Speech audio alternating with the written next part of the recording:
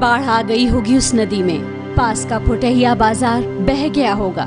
पेड़ों की शाखों में बंधे खटोले पर बैठे होंगे बच्चे किसी काछी के। बस्ती जिले के मशहूर कवि सर्वेश्वर दयाल सक्सेना की कुआनो नदी नाम की कविता की ये पंक्तियाँ काफी हद तक उत्तर प्रदेश के जिले बस्ती के हालात बयां करती है। सर्वेश्वर दयाल सक्सेना और रामचंद्र शुक्ल जैसे साहित्यकारों का धनी जिला बस्ती बहुत ही गरीब और पिछड़ा है। कुआनो, घाघरा, आमी और मनोरमा नाम की 4 नदियां इस जिले में बहती हैं। इसके बावजूद यहाँ पीने के पानी की गंभीर समस्या है।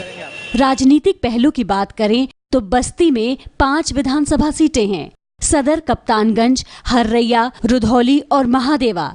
सदर, महादेवा और हरैया की सीट पर एसपी का कब्जा है। कप्तानगंज में बीएसपी के विधायक हैं और रुधौली की सीट कांग्रेस के कब्जे में है। बस्ती जिले में जनता मूलभूत सुविधाओं की कमी से जूझ रही है। यातायात, स्वास्थ्य सुविधाएं और बिजली जैसी बुनियादी जरूरतें भी यहाँ पूरी नहीं हो पा रही हैं। बस्ती में चीनी मिल बंद होने के बाद किसानों और मजदूरों के हालात भी बेहद खराब हो गए हैं। नमस्कार, मैं हूं उमेश पाठक। एबीपी न्यूज की नुक्कड़ बहस के लिए इस समय हम मौजूद हैं बस्ती जिले में। बस्ती जिला जिसके 3 टुकड़े करके 2 और जिले इसलिए बनाए गए कि जिले का विकास हो के, इलाके का विकास हो सके। अगर विकास की बात करें तो कहीं पिछड़े जिलों में जाना जाता है बस्ती जिला। इन तमाम मुद्दों पर बात करने के लिए बस्ती की जनता हमारे साथ मौजूद है और साथ ही साथ तमाम सियासी पार्टियों से लोग हमारे साथ मौजूद है। सत्येंद्र सिंह भुल्लू जी हमारे साथ मौजूद है समाजवादी पार्टी से, पवन कसौदन जी मौजूद हैं भारतीय जनता पार्टी से, अंकुर वर्मा जी मौजूद है कांग्रेस पार्टी से और कांग्रेस पार्टी से कौशल त्रिपाठी जी हमारे साथ मौजूद हैं। बीएसपी के नेता को हमने बुलाया था लेकिन वो यहां पर नहीं आए। तमाम मुद्दों पर बात करने के लिए सबसे पहले बात करना चाहेंगे सत्येंद्र जी, आपसे ये सवाल है कि कभी इस इलाके की अगर बात की जाए तो गन्ना बेल्ट कहा जाता था। चीनी मिलें थी, एक एक करके चीनी मिलें बंद हो गई हैं और एक दो जो चीनी मिलें चल भी रही वो बंद के कगार पर हैं।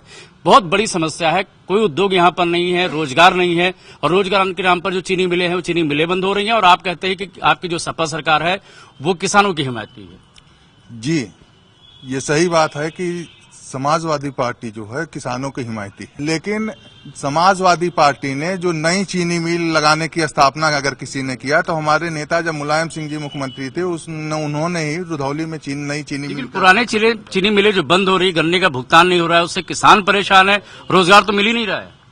तो उसके लिए सबसे महत्वपूर्ण जो है, जो मिलें बंद हुई हैं, हम लोगों ने मिलें चलवाने का भी प्रयास किया है।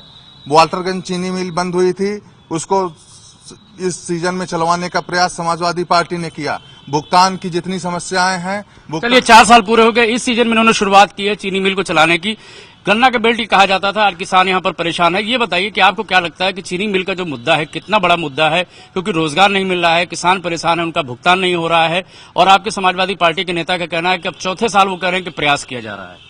देखिए, बस्ती जनपद की अगर मैं बात करूं तो चीनी मिल और गन्ना किसान एक बहुत बड़ा मुद्दा है, क्योंकि रोजगार का और कोई स्रोत बस्ती में है नहीं फिलहाल। भारतीय जनता पार्टी के ऊपर आरोप लगा रहे हैं केंद्र में आपकी सरकार, इनका कहना है कि केंद्र की सब्सिडी की वजह से ये भुगतान नहीं कर पा रहे और चीनी मिलें बंद हो रही हैं। ये बिल्कुल गलत सोच है। भारतीय जनता पार्टी हमेशा ही किसानों की पक्षधर रही है और जहां तक बस्ती की बात है, बस्ती की पहचान हमारे इस बस्ती के चीनी मिल से रही है और हमेशा हम लोग इसके हिमायती रहे हैं, पक्षधर रहे हैं। सत्ता पक्ष में ये लोग हैं, हमेशा से ये लोग अराजक तत्वों के साथ काम करते रहे हैं, कभी भी विकास के मुद्दों को लेकर इन लोगों ने काम नहीं किया। अब भारतीय जनता पार्टी का समय आ गया है। जनता से बात करते हैं, ये बताइए, आपसे ये जानना चाहेंगे जिस तरह से सड़कों के हालात हैं, आपको लगता है विकास बड़ा मुद्दा है और कोई सरकार इस पर गौर कर रही है? कोई सरकार नहीं गौर कर रही है। 27 साल से 3 दशक हो गए यहाँ पे चीनी मिल बंद होते चले जा रहे हैं। उद्योग जितने थे, प्लास्टिक कॉम्प्लेक्स था, वहाँ एक भी कोई नई फैक्ट्री नहीं आई। सपा, बसपा, भाजपा तीनों की सरकार रही, लेकिन कोई विकास का काम नहीं हुआ। कौशल त्रिपाठी जी, आपसे जानना चाहेंगे, जिस तरह से ये बात कर रहे हैं, इनका ये कहना है कि कोई नुमाइंदा इनका यहाँ पर नहीं है, सपा का लिहाजा इनके मिनिस्टर भी यहीं से ताल्लुक रखते हैं, दूसरे को दर्जा प्राप्त मिनिस्टर यहाँ से हैं, लेकिन आखिर बस्ती के साथ ऐसा क्यों किया जा रहा है?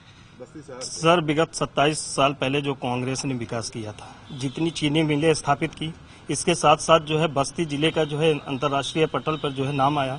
ओपेक कंट्री के माध्यम से जो है एक कैली हॉस्पिटल, जो कैंसर हॉस्पिटल के रूप में जाना जाता है, उस समय युवा प्रधानमंत्री देश के जो है राजीव गांधी ने इसका नींव रखा जो है। आज उस हॉस्पिटल की दुर्दशा देख लीजिए। 27 साल में गैर कांग्रेसी सरकारों ने उसकी मटिया मेट कर दिया जो है। बातें कह रहे हैं कि नहीं, स्वास्थ्य में बहुत काम किया है इन्होंने।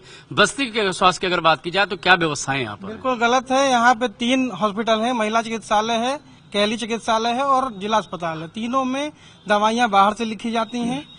जितने ऑपरेशन होते हैं उसमें पैसा लिया जाता है खुलेआम, जबकि यूथ कांग्रेस बराबर हर महीने जाती है और हमेशा धरना प्रदर्शन और कहीं न कहीं उसके लिए लड़ाई लड़ती है। एक सवाल पर और बहुत अहम यहाँ के लिए है, बस्ती जिले के लिए बिजली की समस्या।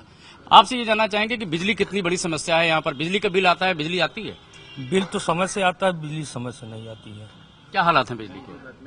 बिजली की बहुत बुरी हालात है। सबसे बड़ी समस्या जो सूखाग्रस्त किसानों का चेक आया है वो अभी किसानों को नहीं मिला है, वो नहीं मिला है। वो सबसे बड़ी, हर रोज हमारे पास 40-50 किसान आते हैं कि भैया किसी तरह हमारा चेक दिलाया जाए। 2 सवाल इनका है। एक ये कहना है कि बिजली की जो समस्या है एक बहुत बड़ी समस्या है। दूसरा ये है कि जो सूखा राहत का पैसा आया था वो पैसा अभी तक किसानों को नहीं मिल पाया है। बिजली के बिल उनके पास भेजा जा रहा है, रिकवरी की जा रही है, जबकि उनका मुआवजा तक उनको नहीं मिल पाया है। मुआवजा नहीं, सूखा राहत का लिमिट पैसा आता है और जो आता है उसके लिए जिम्मेदार जो उप जिलाधिकारी हैं, तहसीलदार हैं। सरकार आपकी है, मुख्यमंत्री आपके हैं। सरकार मेरी है, मेरे मुख्यमंत्री बजट भी दे रहे हैं, पैसा आ भी रहा है, लेकिन केंद्र ने जो उसका निर्धारित बजट था उसमें देने में कटौती किया।